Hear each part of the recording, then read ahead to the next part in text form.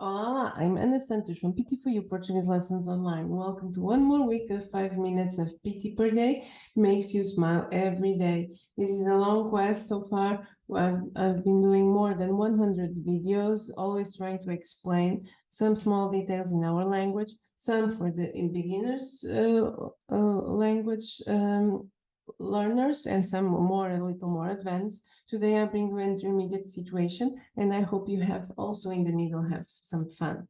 Don't forget, this video you can find in my YouTube channel. Please subscribe, share. I think you can find some precious tips to develop your language. Also my podcasts, Por Terras de Portugal e Neste Dia, in the moment that you feel that you need to push forward when it comes to listening to the language and practice the understanding. Meanwhile, it's an extra. While you learn the language, you're also learning a little bit about Portugal. Today, I bring the conditional form, the idea of the if in English, the would, the could. And for those who are following me throughout all these months, you already start to understand that how to make the verbs is one of the easy parts. When to use it, it can be interesting. The verbs, the conditional form, similar to all of the others, and it tends to be more and more standard when it comes to the developing of the language, is very basic. For those, I just remember, for those who could be the first time that you are watching me. So most of the verbs in Portuguese finishing with ar, or ir. So if you recognize a word that will be this ending, because it's a verb, and the verb in the infinitive form. And then here we have some examples. Nadar is to swim, comer is to eat, sorrir is to smile. And here you see immediately the verbs are finishing with ar, and ir. 80% of the verbs are finishing with ar, and then it slowly goes to the others, ar and ir. And how you move it, this is again the infinitive form, the basic form, and then you delete the AR or the ER or the IR. So it comes the basic, the radical that we call it, the NAD, the COM or SORR. So you come this base form of the word, where in all different persons, you will add the endings to make the idea of the verb. The endings is connected to the person. So eu is I, tu is you, he, ele, ela, você is the he, she, you in a formal form. So like you, sir.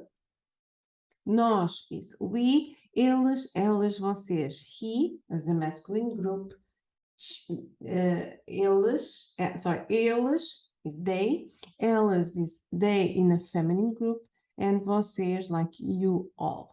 And what happens, you add, imagine that you want to talk about eu, you add the aria, if the verbs are finishing with AR, you add the aria to make the idea I would swim. So the bending would be something like that. Don't forget, you deleted the AR, and then you're adding these ends and the verbs according to the person. Nadaria, nadarias, nadaria, nadaríamos, nadariam. And the phonetic is also important. That's why I repeat. Nadaria, nadarias, nadaria, nadaríamos, nadariam. And then comeria, comerias, comeria, comeríamos, comeriam. Sorriria, sorririas, sorriria, sorriríamos, sorririam.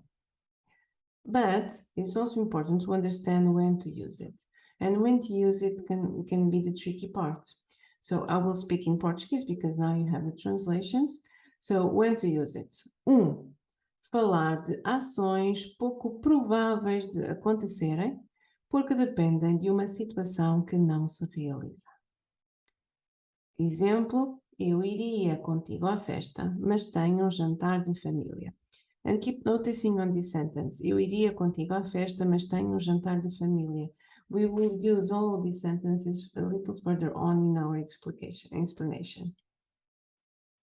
2. Expressar desejos.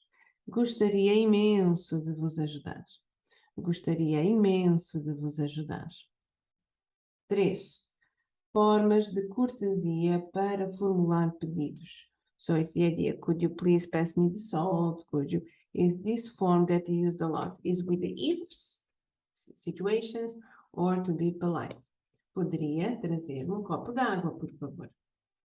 Mas, this is the fun part, in all these cases, em todos os casos, o condicional pode ser substituído pelo imperfeito do indicativo. In all the situations, it's not one situation that is more perfect or not. Since the very first videos I've recorded for you, I always taught you how to ask and order things in the restaurant, in the coffee, in the coffee shops. And I always teach you to be polite. And that's the most important thing in Portuguese, in all languages, to be polite. So for sure, you'll start recognizing some tones.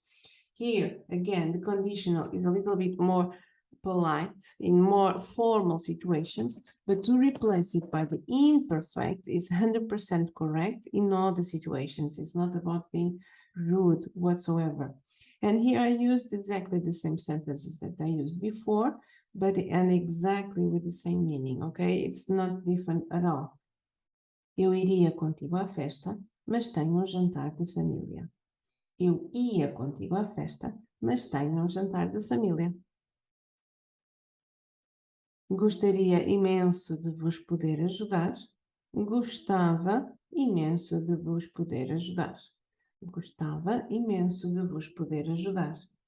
Poderia trazer um copo d'água, por favor? And this you'll recognize per se immediately. Podia trazer-me um copo d'água. So it's very, even the endings are very similar in this case. It's shorter, it's faster. That's why you'll tend to hear a lot more the second option. Podia trazer-me um copo de água, por favor. But don't forget, the conditional form are quite easy. These are all the regular verbs. The idea of the irregularity in the verbs tend to disappear also. We'll cover it next week. It's very simple because more we advance in the language, less exceptions we will have. The biggest exceptions will always be in the present form, in the past form, like in English. And from now on, it will be very simple. Today, I leave you with this. Learning is like rowing upstream. Not to advance is to drop back. So from the moment you start learning, there's no coming back. Even if you think I can, I won't, I give up, you will be always learning something extra every single day. This video, don't forget you have in my YouTube channel. Please email me in case you have some doubts, some questions that I can use also to make a video for you further on. And in my Facebook page, you find every single day new things to read, to laugh, to smile, to practice, to understand. Every single day you have a new thing about with me. And don't forget, learn the language and also always have fun. Ciao, ciao.